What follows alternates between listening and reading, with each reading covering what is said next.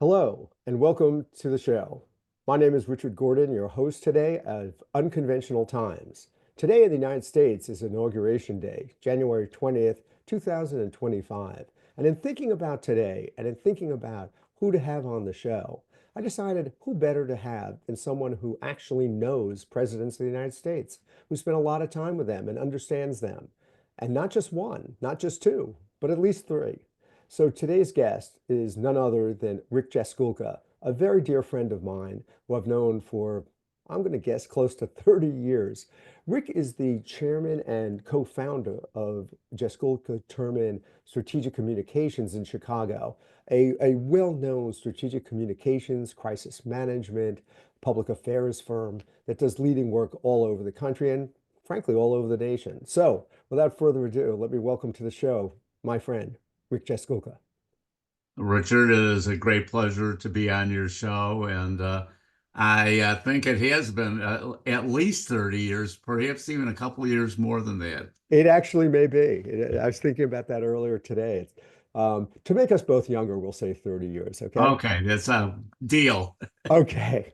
Rick, I know I'm reaching you at your home in Chicago today, where I hear it is unbelievably freezing cold. I hope you're doing well. Doing well, but not going to spend a lot of time outside today. Right. Well, here back east, we got about 5 or 6 inches of snow, so I spend part of the morning shoveling out, but I think we're ready to go. So, listen, one of the things you've done so many things in your life, but one of the things you have done that you're so well known for is being an advanced person for presidents, for vice presidents, for world leaders, for so many people. But I bet my listeners don't really understand what that means. What does it mean to be an advanced person? What do you do? What's the job? Yeah, well, it's been described as logistics, and I suppose at one time, back when advance really got going in the '60s, I think JFK had perhaps some of the earliest advanced people. It really was to make sure that all of the logistics for a presidential or vice presidential or first lady trip were in place and then to walk through the schedule. But in all the years since, and I've been at it since the mid 60s, Mhm. and so I guess I'm giving away my age at 77. But it has evolved, and really advanced people do so much more. Certainly, we do the logistics, and certainly we have an impact on the scheduling process. But there's a lot that is political. I mean, you have to deal with the politics on the ground, on domestic trips, and on international trips, you're also a diplomat. There have been trips where I have met with the president of a country more than the US president who actually came for the visit. And so you have to be a diplomat, you have to be politically astute, and you have to be a bit of a strategist because you have to be able to see the possibilities and not just sort of the singular event or visit that you're advancing. So when you go overseas, how does this work with the State Department? How does this work with the our embassies, our ambassadors? What's the relationship there? It needs to be a very close one. And so I made a practice when I was doing an international trip, and particularly as I evolved myself from the Carter years to the Clinton years. When I was doing international trips, I did a lot of summits and stuff. And so you have to work very closely with all your partners. It's not just the State Department, it's not just the local embassy, but it's also the military. It is also the Secret Service. And I used to really try to foster a collaborative environment. We got together once a day, and I always did meetings crack of dawn countdown meetings that included all of the different elements of the trip, including Air Force One and HMX, which is the Marine one. So we could have in a hotel ballroom for a daily countdown meeting as many as 150 people from different aspects of the trip that included the ones that you named and some additional ones. So on a given trip overseas, roughly how many people are involved in planning it and engaging it and implementing it?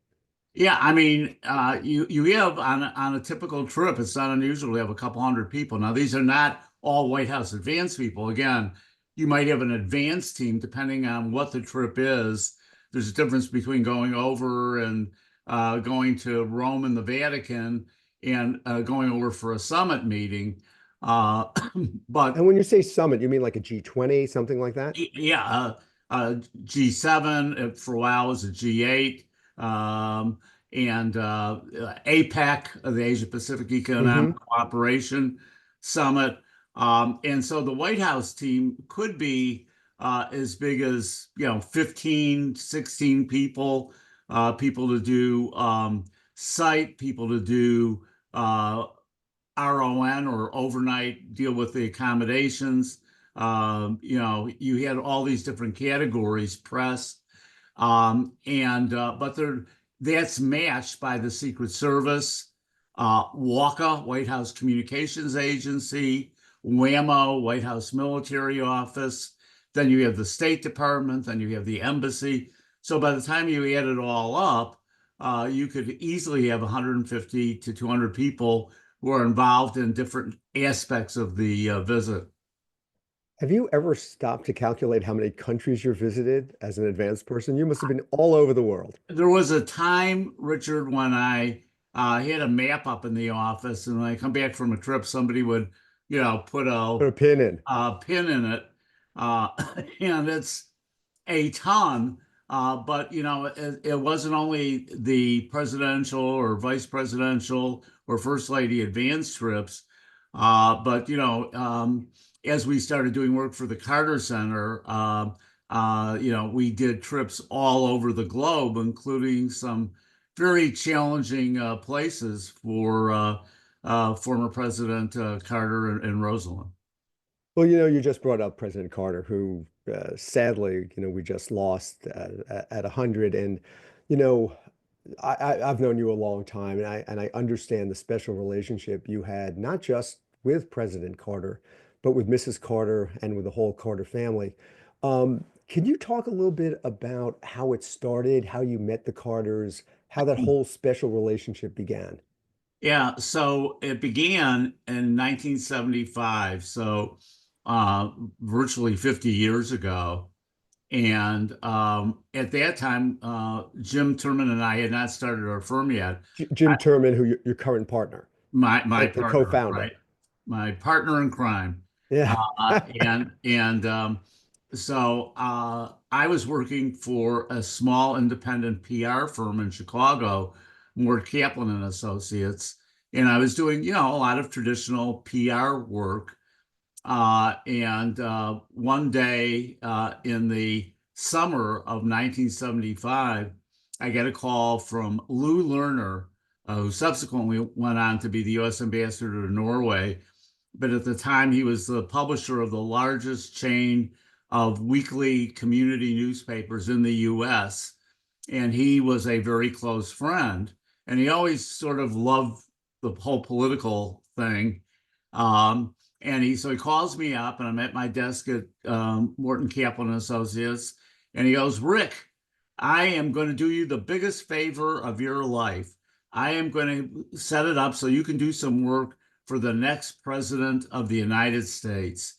And I said, "Okay, Lou, I'll bite. Who's this?" And he said, "Jimmy Carter." And I said, "Who the blank is Jimmy Carter?" Over the next 50 years, I not only found out all about everything you could possibly imagine about Jimmy and Rosalynn Carter, but they became family to our family.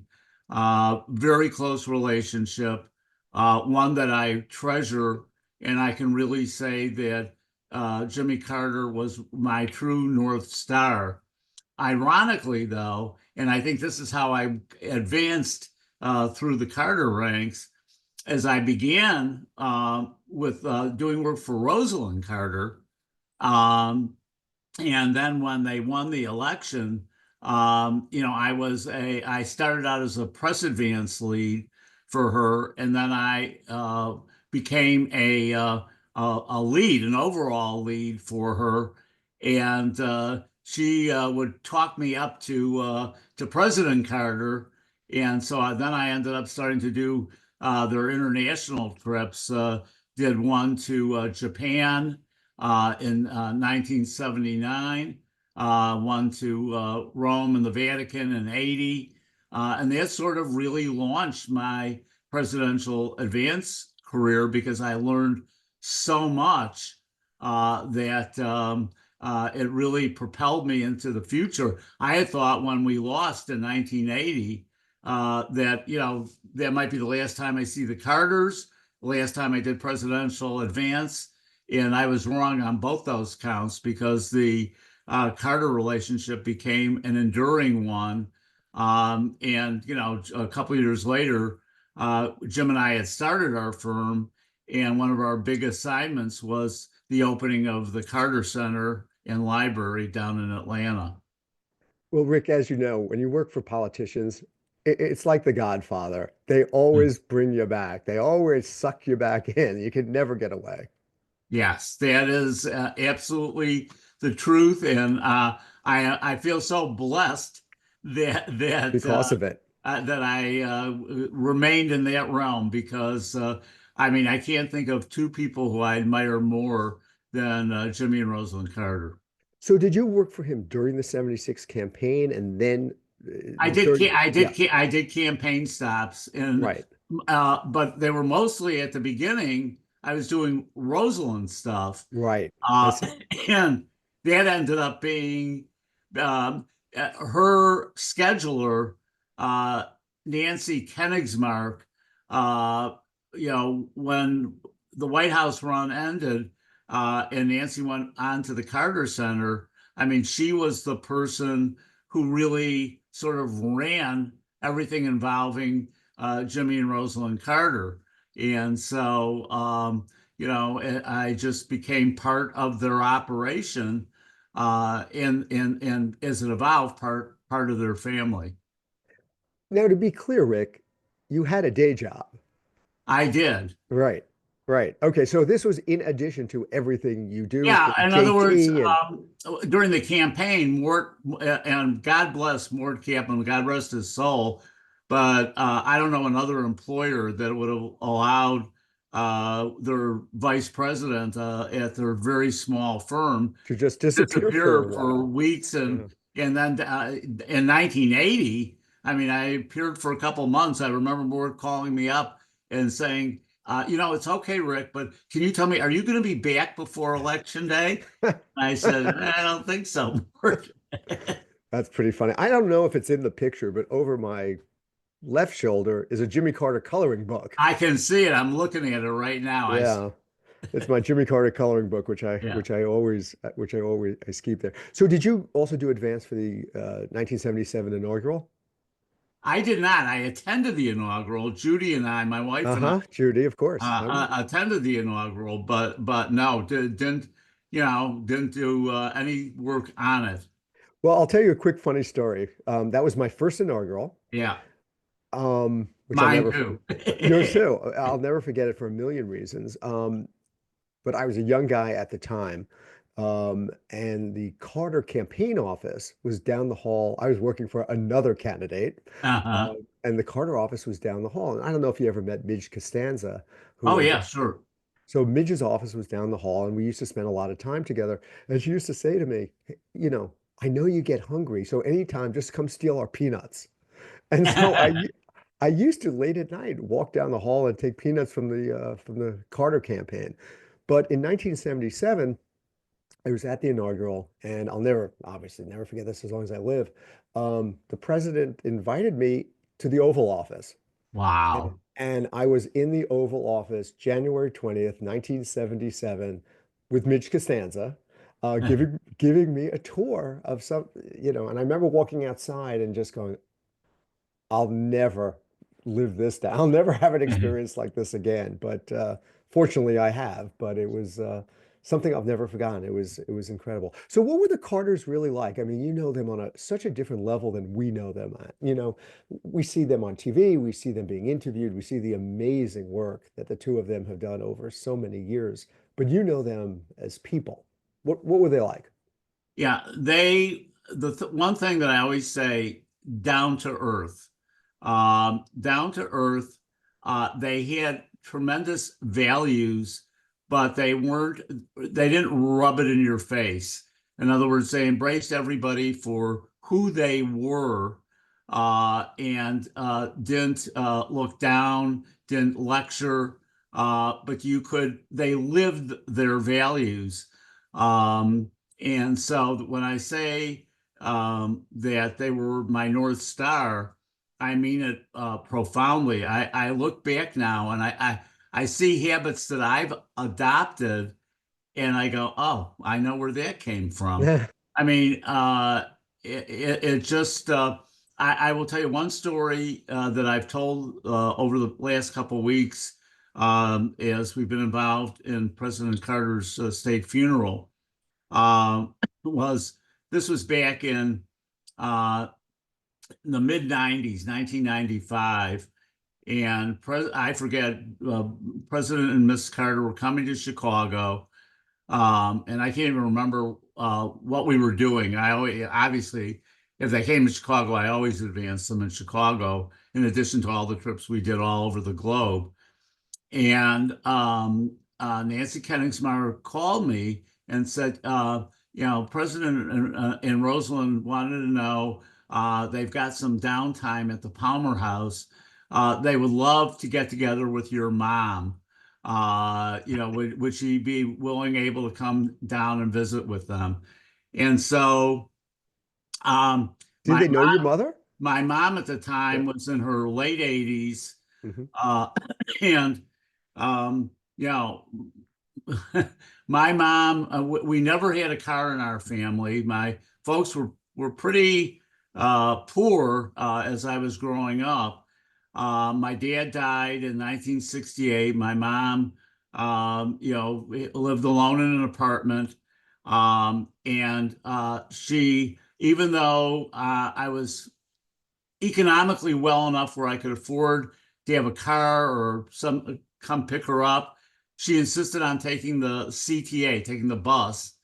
And so I called her and I said, President Mrs. Carter would love to visit with you, at the Palmer House. They have time on this afternoon. And she said, sure. I said, well, I'll send a car, Mom. And she said, don't even think about it. And so she takes the bus down and comes walking down the hallway. They call me from downstairs. There's this woman here who says she has an appointment with the Carters. I said, send her on up. She comes walking down the hall, and the Carters and my mom spent an hour and 15 minutes. I was listening from a bedroom in the suite. I didn't want to intrude. And they were laughing and telling stories like they had known each other their entire lives. And I said, you know what? Now I really understand why it was called the greatest generation. I mean, and you know, down to earth really personified them. You never had the feeling they could be in any group, they could be in a small village in northern Ghana, or they could be meeting with world leaders, and they were always the down to earth, grounded people, who didn't put on any airs, and I love them for it. Where do you think that human touch came from? I mean, it's just such a amazing thing. I mean, you read these stories about how he reached out to people, and look, when sadly Judy passed, I mean, I know he was there for you and whatnot. First call for, I mean, when Judy passed away in 2010 from ovarian cancer, I heard from three presidents, uh, Amazing. and first ladies, but the Carters were the first call I got, and they really they loved Judy. I mean, they knew Judy really well because Sure. Judy would periodically come on trips, even when on the White House, like when we did Rome and the Vatican. Judy came along and helped out, and so we really did feel like we were part of the family. Our kids, so Judy and I have 4 kids. They're now all in their 40s, early 50s. And over the years, they became, very close to the Carters. And in the Carter Center years, they started doing advance work all over the globe. In fact, my son Andrew was with President Carter when he became ill, what turned out to be the melanoma. Oh, They were doing an election 2015, right? an election monitoring trip in Guyana, and Andrew called me and said, "I think there's something wrong with President Carter," and Mm, so our kids, he President Carter held my grandchildren. They well, I have pictures of amazing. my grandkids sitting on his lap and him holding my daughter Lauren when she was a little girl. I mean, literally their entire lives, they knew the Carters. And Amazing. so it was family. And they played a major role at the state funeral. Rick, I want to get to the funeral in a minute, but I can't move on without having you tell, I know the story, but tell everyone the story about them doing the laundry. Yeah. Because I love this story. Yeah, this was, they were in Chicago doing a habitat build. And they were staying at a place called the Guyon Hotel, except it wasn't. Back, I think, in the 20s, 1920s. It was a hotel. Then it became, I think, apartments. It was an abandoned building on the west side that we went in, and that's where the Carters stayed, along with the rest of the Habitat volunteers. I mean, this building was infested. I mean, you name it. Would make me ill just even describe what some of the units looked like in this building. They stayed there, not But they no, want to be with the other volunteers? Is they, that all why? the they stayed in the same, all the volunteers together. And then we were out crack of dawn every day on the work site. I literally emptied our office, our JT Jasculca Terman office, and everybody was out on the work site. And because President Carter always reached out. I remember Tom Nader, who was then the head of the Building Trades Union, coming out, and he would sit there every day, even though this was being done by non-union members. Some of his folks volunteered, and so it was a very collaborative venture. And Judy, my wife, was out there every day working too. And so this was like day 3, and Rosalynn pulls Judy aside and said, "Hey, do you know anywhere? Is there anywhere in the neighborhood here where I can go and a laundromat where I can do some laundry?" And Judy said, "Oh, that's silly." She said, "Just give it to me and I'll take it home and I'll do it." And Rosalynn said, "I'm not going to have you do our laundry." She said, "Why don't I just come with you and we'll do it at the house."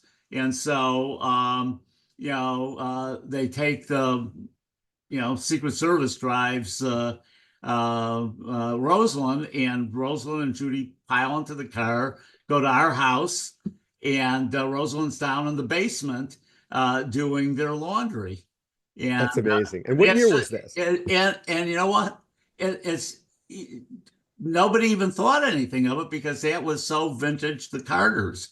I remember back in 75 when he was running, and he was staying at homes in Iowa, and everybody noticed that he would carry his own luggage.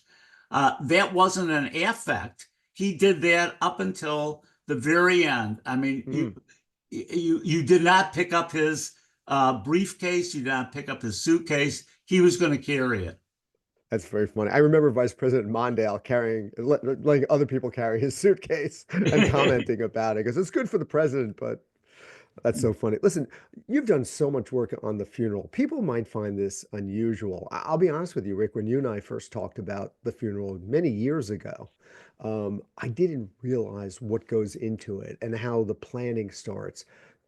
I think a lot of people would find that very surprising. Could you talk about that a little bit? How you got involved in the funeral, what you did for it, et cetera? Yeah, so there is a formal process in place when a president leaves office, and it's coordinated. It used to be called MDW, Military District of Washington. Somewhere along the line, they changed the name to Joint Task Force National Capital Region. And it's a military unit that deals with ceremonies. Ironically, as we talk today, they deal with not only with state funerals, but they also deal with the inaugurals Hmm. as well. Um, and so there was a process, and Nancy Koenigsmark was the person on point working on behalf of the family, the Carter family, and Jimmy and Rosalynn Carter on funeral planning. And And this is like 1981. When was yeah, that? this was in the early 80s, 84, I 85, see. that these early conversations began. And there were just really a small handful of us involved at that time. Uh, and uh, so we began, thinking about it, what are the elements, the database, which became very important because as President Carter went on to live to be 100, uh, our database changed quite a bit. I bet. We had people who had served in the White House who, passed on, people with disabilities. We had then all the work of the Carter Center and all the people. So, we helped the Carter Center. We did the database and we maintained the database. And so when both Rosalind passed away a year ago, or a little more than a year ago, and President Carter passed away, I mean, we were the ones that would send out the invitations. We handled the RSVP process. Um, and as things evolved, we started doing two things. We did walkthroughs of all the sites, the U.S. Capitol, Andrews Air Force Base. Um, we then, at a point down the road, added the Naval Memorial, the That was a very Blair, touching thing. Blair House, where the family stayed, or most of the family stayed, and of course the National Cathedral. And we do site walkthroughs generally every other year. The other thing, and I compliment all the former presidents, the Reagan team, the Bush senior team, the Ford team, when they had state funerals, they did briefing sessions for us afterwards where we could get on, ask questions. I would talk about here's what worked, here's what we wish we might have done differently. And we're going to be doing that for the other formers who, if they're interested in hearing it, we're going to do that. But it's a whole process, and things change. There was a period of time where there was work being done on the U.S. Capitol, and had President Carter passed away then, we would have had a different setup at the U.S. Capitol.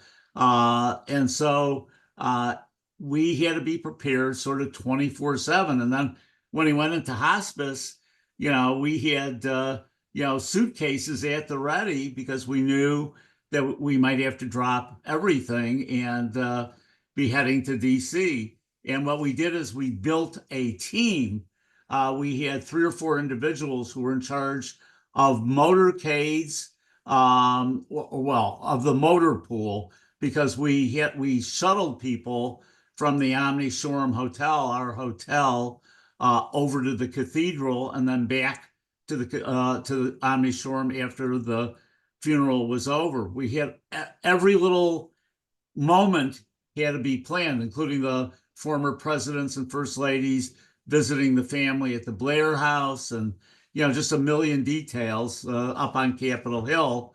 And three of our four kids were involved. My daughter Lauren was the overall co-lead with me, and I will confess that she did about 80% of the heavy lifting. She came into the process after Nancy Koenigsmark passed away, shortly after Judy did, also from ovarian cancer, and Beth Davis took over. She was Nancy's deputy and has done just an amazing job with the overall state funeral planning. So Lauren did that. Andrew was in charge of everything up at the Capitol, and my daughter Amy was the media logistics lead. And again, we were representing the Carter family's interests to make sure that what they had planned, what they wanted done, was done exactly to the letter. It looked absolutely seamless for those of us who were watching. It seemed perfect. Now, was there another team in Georgia that handled the Georgia piece of it? Is that, Yes. I see. Because it seemed that this funeral was so much more planned out than some of the others. There were so many more events. You had the days in Georgia, you had the events in Plains, you had the days in Atlanta. There were many different pieces to this. Well, because there were so many different pieces to their life. Yes. Governor of Georgia, peanut farmer, and the Carter Center in Atlanta, which is so important to their legacy, and the things that they valued is important. Were they involved at all? I mean, were they involved in the actual planning of it? Did the president say, "Look, this is what I want. I want this to look this way"? I mean, it's sort of traditional to lie in state, I guess, and to be at the National Cathedral, but a lot of the other things, the naval memorial, as you mentioned, et cetera, were unusual and Yeah, nice. the Carters themselves and the family, their three sons and daughter, their sons Jack, Chip, and Jeff, and their daughter Amy were very heavily involved. But the Carters were themselves. They wanted to really focus on things that were important in their lives, both not only what was important, but who was important in their life. And so, as long as I can remember, Andy Young was going to be part of the funeral, and God bless. I mean, It even was though incredible. he had some issues with health, there he was, strong voice, strong hand. The Fritz Mondale, obviously his vice president, was supposed to make remarks. The Carters, as you've all heard, became very close with the Fords. And so Jerry Ford was supposed to deliver remarks. Both of them wrote out what they wanted to say, and they passed on. And I think one of the most powerful parts of the state funeral was Steve Ford and Ted Mondale speaking for their fathers and delivering those comments. Jason Carter, President Carter's grandson, who, by the way, grew up in Evanston, Illinois. Jason now is the chairman of the board of the Carter Center, and his personal recollections. Those were really incredible moments. And yes, the Carter family, the Carters played a big role in how the funeral went. And it was our job to make sure that it came off as they had envisioned and planned it. Yeah, I've spoken to Ted since the funeral, and I just thought what he did was beautiful, and the reading of it, and I also thought Jason's comments about the telephone were hysterical. I You know know, we all laughed or laughed so hard when Jason. It was really a light moment. That story was just absolutely precious. and so humanizing. Uh, Yeah, But Rick, let me ask you this, because I, I can't imagine how difficult it must have been for you. I mean, in a sense, there are two yous, right? There's the Rick Jasculca professional advanced person who's in the middle of planning a massive international event. You know, the whole world was watching. That's one Rick. But on the other hand, there's almost a grieving son who has just lost someone for 50 years who was somewhat like a father figure in your life and clearly a grandfather figure to your children. I mean, how does that work? How does the emotions of it, how do you have the strength to continue to do what you need to do as your job while at the same time you're trying to mourn and you're trying to grieve a person who means so much to you? yeah. It actually helped because we were Lauren, Andrew, Amy, and myself were very motivated to give both Carters the send off that we knew they wanted and that they so richly deserved. And I want to express my appreciation to the family because up at the Capitol, when the family at the end of the formal ceremony in the rotunda and the family filed past the coffin, we were invited to join them. Amy, unfortunately, because she was with the press pool, wasn't able to do it. But Andrew and Lauren and I all had an opportunity to walk past and touch the casket. And it was the same at the National Cathedral when the family left. We were with them, and it meant the world. Yeah, I held it together mostly up until Andrew and I went with the family out to Andrews Air Force Base for departure to Georgia. And at Andrews, knowing that was the last time I'd say goodbye to Jimmy Carter, I bust out crying on sure. the tarmac. Yeah. It's hard to imagine having to have those two pieces, come together. Let me ask you the Carter Center. Where's it go from here? Uh, well, look, we're blessed because the Carter Center has strong leadership. I mean, Jason, it is truly for Jason a labor of love.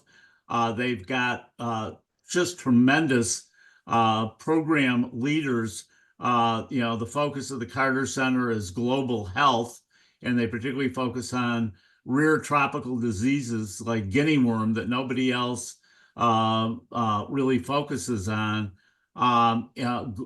democracy, both election monitoring. The Carter Center has monitored over 100 elections globally, as well as conflict resolution. Now, obviously, when you have President Carter going and sitting down trying to deal with conflicts, you've got somebody who did uh, the Middle East Peace Accord, the Camp David Accord. But I mean, he has recruited such tremendous talent at the Carter Center, and with Jason's leadership and Paige Alexander is the CEO, and Matthew McGowan is the head of communications. I feel that the Carter Center is primed to continue doing just incredible work in all the areas of its focus. I've told people ask, how can we celebrate uh, Jimmy and Rosalynn Carter's lives? And I said, you know what? If you want to do it, do what they would want you to do, which is support the work of the Carter Center. They do amazing work. We were privileged just about a couple of years ago. We were called in to do a complete audit of the communications operation of the Carter Center, and we spent months on it. And they took it very seriously, all the people at the Carter Center. And when we made our recommendations, they embraced those recommendations. They ramped up their whole digital and social media profile. They're doing the hard work day in and day out in all the areas they work in and operationally as well. So if people wanted to give a contribution, would they go online? What's the best way to Yeah, do go that? online to the Carter Center. They have a wonderful website, and just press donate. And it's something that I've embraced every year. I think the work of the Carter Center is so damn important because they tend to do the things that nobody else does. We traveled with Jimmy and Rosalynn. We were up in uh, northern Ghana and seeing people who are suffering at a containment center from guinea worm. This has been a 40-year battle against guinea worm, Right. and it's practically eradicated from the African continent. And that's because of the work of the Carter Center and all of its partners. That's incredible. Listen, I want to shift gears just for a moment. I really want to talk today about the Carters. Obviously, we just lost him a week ago. I guess the funeral was about a week ago. But let's talk about the other presidents you've dealt with quickly. I know you're in a very unusual situation. I mean, if people meet one president in their lifetime, it's amazing. You're very close to three of them. Yeah, so I I thought I was done after the Carters. I went, man, it's a dream. I worked for did work for President and First Lady, and then back in 1991, I got a call from a dear friend who was then doing the scheduling in the Clinton race. This was in late 91, and she said, would you be willing to go to New Hampshire for about 3 or 4 weeks? Bill Clinton's going to be up there a bunch, and we've got a ton of stuff. And rather than dropping people in and out, would you go up there? And so I did. And uh, as was the case with the Carters, once I was there, and so did advance work for them through the election, and there too, when they were elected and went to the White House, I did work for both Bill Clinton and Hillary. They became and remain really good friends. Um, it's different because the Carters were more like parent figures Hmm. to me and to my kids and the grandkids. Whereas the Clintons are contemporaries. Our peers, yeah. Hillary's birthday, literally, we grew up about several miles from each other, and we are 6 days apart in age. Oh, wow. And as she'll like to point out, yes, I am the older one of the two. I'm sure Uh, she and, appreciates it. and, and Bill, who's a year older, and so I had the privilege of doing their advance for all 8 years in the White House, and then in the mid '80s, I was actually doing it was '84. I was doing a Mondale trip Hmm. down in Florida, and at the Biltmore Hotel in '84, and everything was set up at the site. And there's this guy that I strike up a conversation with, and it's Joe Biden, and Oh, he that's he, something. he had just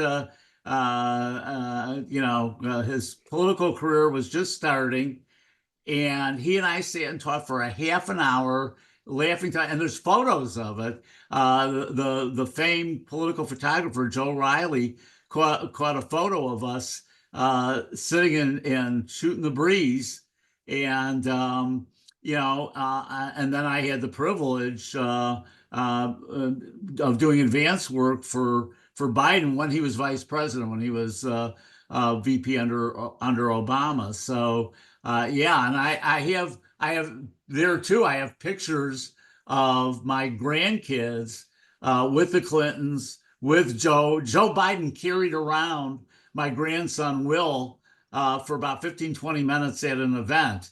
He said, "Hey, buddy, will you let me pick you up?" And he picked him up and was carrying him all over the place. That's so funny. So So yeah, it's really four presidents then, because there's Barack Obama, one of your and neighbors Barack Obama. in Now, I didn't Chicago. do, my daughter Amy was a press lead for the Obamas. That's something. So Rick, any more advanced trips in the future? Now, this old guy, I We're think, hanging up the passport? yeah, and that's why I'm very grateful to, my kids for picking up the mantle and doing just. I'm so proud of them for who they are and what they've done. All four of our kids have just done amazing work. Could you take we've talked about the JT a little bit, your company that you've built over, Hmm. I don't know, 30 years or so. Just talk a little bit, 40, excuse me? 43 years. 43. Oh my goodness. Talk a little bit 81. about what it does, what it's about. I know it's crisis management. I know it's public affairs. I mean, you do a lot of stuff, but just Yeah, we are what it, quintessentially a public affairs firm, Richard. Mhm. So we do public affairs, public policy, issues, crisis management. What makes us somewhat unique for a public affairs firm is we also have an in-house event division. And at one time or another, both of uh, my sons have run that division. And then we also do in-house video production. So we're sort of on public affairs, public policy issues, and even crisis. We're sort of a turnkey operation. And well, what's ironic is when we began 43 years ago, we were the only independent public affairs firm in Chicago. All the public affairs folks were in DC, and there were the large PR firms, public relations firms, and a number of them had units inside their firm that dealt with public affairs, but there were no independent public affairs firms. Now I would say Chicago is only second to DC in terms of the number of public affairs professionals that operate here in Chicago and the Midwest. And I know you have a lot of very large clients. Do you work nationally, work in Illinois? We Where's the do we business do taking you? work we certainly do work in Illinois and throughout the Midwest, but we do work nationally and internationally. We have areas that we have high concentrations. We do a lot of work in education. We're doing a project right now for Harvard University on civics and history education. We do a lot of work in terms of civic engagement. We did a 3-year project for the Knight Foundation and headquartered in Miami, I should say. They're headquartered in Miami. And we did work with community foundations in a dozen different areas around the country on civic engagement on a whole variety of different issues. Out in California, it focused on affordable housing. In Michigan, it focused on youth and how to get youth engaged. So, and we've done Hmm. work internationally. We've done work for a number of foundations and done global. We did a human rights forum for the Ford Foundation in Marrakesh. We've done work for a number of foundations over in Africa dealing with global health because of our work with the Carter that began with the Carter Center. So we have a pretty big footprint for a small firm. Well, I was online looking at your website, and there's a lot of nice pictures of you and the Carters and other work that the firm has doing. So I really enjoyed it. And I want to talk about that for a second. You brought this up about civics and other things. Rick, you wrote a piece, I think it's on the website, that I read about civility. And civility is something I'm very interested in as far as where our politics are today and where our politics go in the future. And I know you and I share a deep concern about the lack of civility and where, when you and I started in politics, things were different. People would help each other, even people across the aisle. It wasn't considered a bad thing to compromise. Now we're in a day and age where if you compromise, you get primaried. And the attacks on people. I mean, one of the things about today that I find painful, to be honest with you, is you could disagree with Joe Biden, but you can't disagree that he's not a great person. I mean, Joe Biden is an incredible human being. And I think to give 50 years of your life to public service is incredible. It pains me to see how he has been ridiculed and ripped down and whatnot. Ripped down his politics, but to rip down him as a human being, I find difficult. Talk about civility and what you see. And Rick, how do we get back there? How does it happen for us that we get back to a time where different people have different points of view, but still respect and work together? Yeah. So, two things. One, just to personalize it. So, um, back back in the day, going back in the 80s, Judy and I bought property on a lake that her grandfather had bought a house on back in the late 1940s, and we bought a house on the same lake. It's up in Oconto County of Wisconsin, an hour north of Green Bay. I would have to say, probably back in the day, it used to be a pretty heavily Democratic area. Now it is predominantly Republican. You'll see you did see starting in 2016, and it's continued even when he was out of office. You see a ton of Trump signs up there. It used to be Trump Pence, now it's Trump Vance. And a lot of our neighbors on the lake on Chute Pond are supporters of the other party, and a number of them supporters of the guy who's being inaugurated today of Donald Trump. And yet they are close friends. They come over to our house for Thanksgiving. We enjoy it. We go out to dinner. We have conversations. I think what we have to stop doing is demonizing people who are of a different political mindset. We need to stop talking down to people. We need to be inclusive. We need to learn to listen and not just talk.